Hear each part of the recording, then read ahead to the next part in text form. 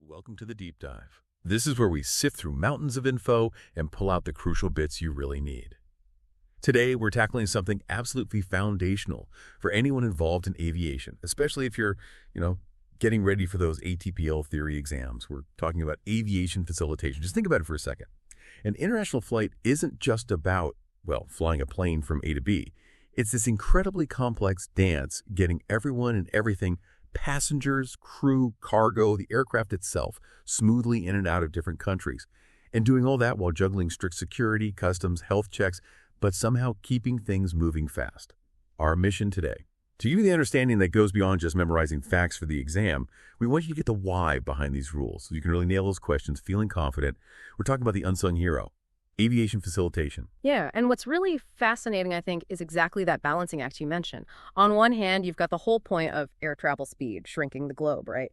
But on the other, every country has these non-negotiable duties: national security, border control, customs revenue, public health. The list goes on. So how do you possibly manage both? How do you keep flights fast and efficient without compromising those essential national interests? That's really the core challenge facilitation tackles. So today we're going to break down the international framework, look at the key documents, surprisingly few, actually, and the specific procedures for getting aircraft, crew, and passengers across borders. We'll really zero in on the stuff you absolutely need for those ATPL exams, things that come up again and again. We'll trace it from the ICAO level, unpack each document, look at special cases for people, and clarify notification rules. It should give you a really solid grounding. Okay, that sounds like a perfect plan. So let's start at the beginning. If we strip away the official language, what does facilitation actually mean in this context? Is it just about being helpful?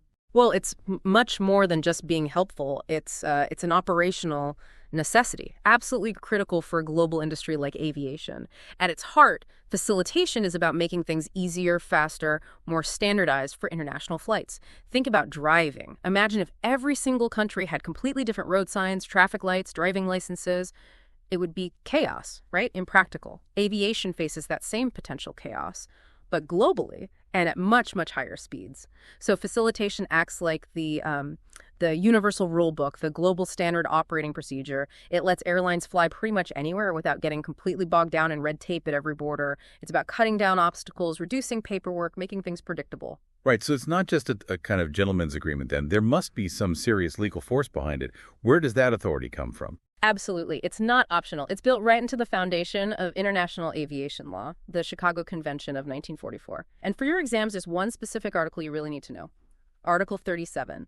This article doesn't just suggest, it mandates ICAO, the International Civil Aviation Organization, to adopt and amend what are called International Standards and Recommended Practices, or SARPs. Think of SARPs as the detailed global regulations for aviation. They cover everything: airworthiness, pilot licensing, and, crucially for us today, SARPs cover customs and immigration procedures, safety, regularity, efficiency, all that stuff.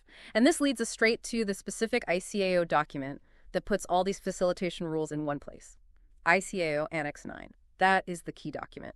If you're asked on an exam which annex deals with the entry and departure of people and baggage on international flights, the answer is Annex 9. It's the definitive source. Okay, Annex 9, got it. That's a really critical piece of info. But hang on, just because ICAO creates these SARPs, what makes individual countries actually follow them? Can't they just ignore them if they want? That's a very logical question. The Chicago Convention anticipates that. It puts obligations on the signatory states. Article 22 is pretty direct about this. It says each contracting state has an obligation to adopt all practicable measures, key phrase there, practicable measures, to facilitate and speed up air navigation between countries. And it specifically calls out preventing unnecessary delays to the aircraft, the crew, passengers, cargo, especially when it comes to things like immigration, quarantine, customs, and clearance laws. These are the typical bottleneck areas. Then you've got Article 23, which reinforces it. It says states commit, again, so as it may find. All right. Many thanks for listening to this free part of the ATPL Theory podcast. If you want to continue learning and access the full comprehensive guide, go to my Patreon at patreon.com/ATPLtheory or my Hero at herohero.co/ATPL. That is patreon.com/ATPLtheory or herohero.co/ATPL. Wishing you all the best